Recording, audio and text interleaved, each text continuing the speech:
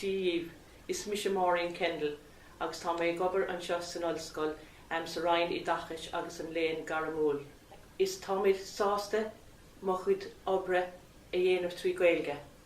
Agus an seo lom inniuh tá Jim Gleeson, príomhléachtóir sa Ryan. Díos mar go Jim, tá fáilte rót an seo. Díos mar go is Patrick. Jim, tá is gom gur ó hibridáin tú ó gúchais ach tá tú I limnach le fada an lá is nach bhfuil. Ar atá tá mar gríd I bedáin fós tá I mar cónaí limnach le trucha blian. Tá sé sa léir go deithníon de fostlet.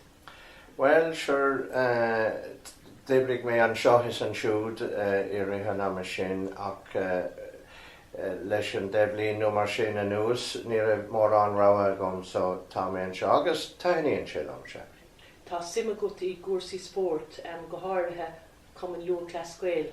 Agus an geapan tú go dúgan an ollscoil a ggóthain aitheantais don na bhíc léin a imríonn don ollscoil. Yeah, sin céiste ionta gá. Ní dálam go dúgan tá an feib an tám go léir mar jólar an lelád ag chédín ach an sin.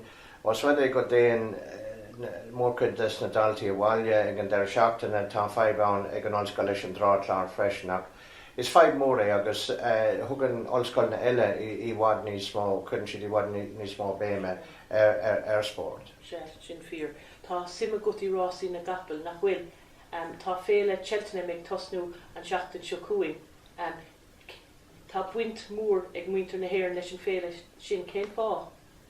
Da bhain I bhfad níos saibhre mana raibh an sim sin a gom in sta capel ach féiscéile tá Cheltenham ag teacht is tócha nuair a bhí mise óg ní rá an sim céine ag muintear na hhéireann measim I Cheltenham agus fiú amháin I rásaí na gapel ach tá sé sin fíor fé láithn na húra is tócha an príomhfána go dálíonn sé ag an céine le dála Padraig agus freisin tá mór chud capel ag rith I Cheltenham a rugú go agus a tógó in éireann beidir in is go bhfuil na húnéirí agus na tréálaí is asna rugó agus tógó in éireann iad so Éon ledan go a Jim.